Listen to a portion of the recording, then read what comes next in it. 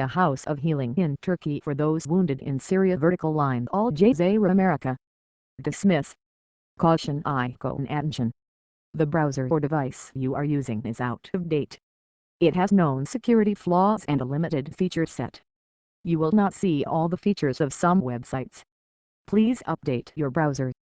A list of the most popular browsers can be found below. Mozilla Firefox, Internet Explorer, Google Chrome, Safari, Opera.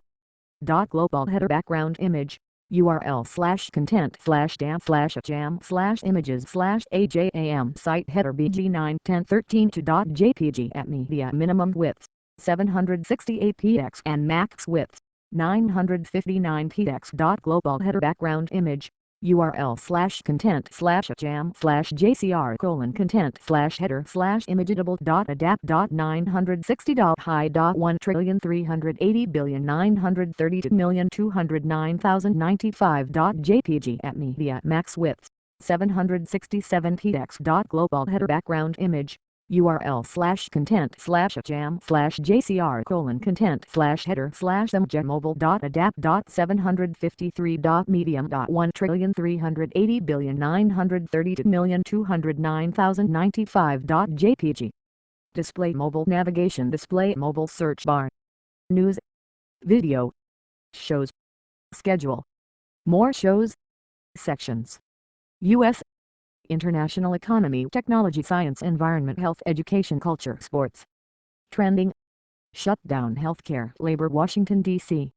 Search form, a house of healing in Turkey for those wounded in Syria, by K.J. Dakin. At K.J. Dakin.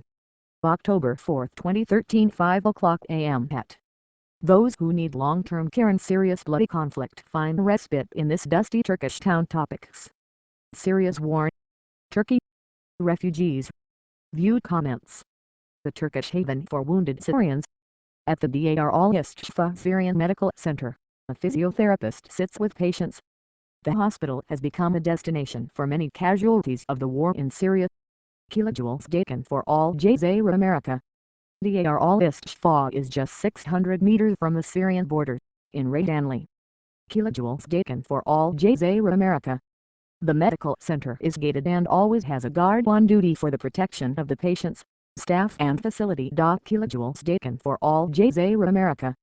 Patients make their way up the stairs of the post-operative medical center. It has 3 floors but no elevator, so patients with spinal cord injuries are given priority for ground floor rooms. Kilojoules Dakin for Al Jazeera America. Dr. Abdul Dader advises a patient on a forearm injury. Dader is a neurologist who works with many of the most severely wounded patients as well as those with less serious nerve damage. Like many of the other staffers, he is a refugee himself. Kilojoules Dakin for Al Jazeera America. Mustafa Al-Sheikh, 19, helps his 2-year-old cousin Abnu climb up to join him on the ward bed. Al-Sheikh suffered spinal damage from shrapnel and is semi-paralyzed from the waist down. Kilojoules Dakin for Al Jazeera America. Pharmacist Mohammed Al-Salah, Wright, one of 2 pharmacists at the hospital, speaks with head nurse Mace A. Hamid. Kilojoules Dakin for Al Jazeera America. Mansar Rahim, 20, reclines while his roommate works with their physiotherapist. Rahim suffered spinal damage and is partially paralyzed from the waist down. Kilojoules Dakin for Al Jazeera America. Rdyhanli, Turkey. The first missile struck when Najib Ahmed Hussein was clearing dishes from breakfast. The debris had barely settled when the second one hit and she found herself running from her village home on Al-Zawiya mountain in northern Syria, her 5-year-old son bleeding in her arms, paralyzed from the waist down by shrapnel.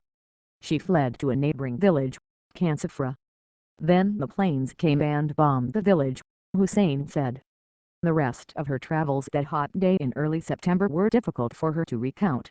The car that took her to a third village, the field hospital ambulance that appeared, presumably called in by someone in a rebel-controlled area, and then the 60-mile drive to the Turkish border, where instead of a passport, all she could present was an injured child. Another ambulance, this one Turkish, rushed them to a hospital.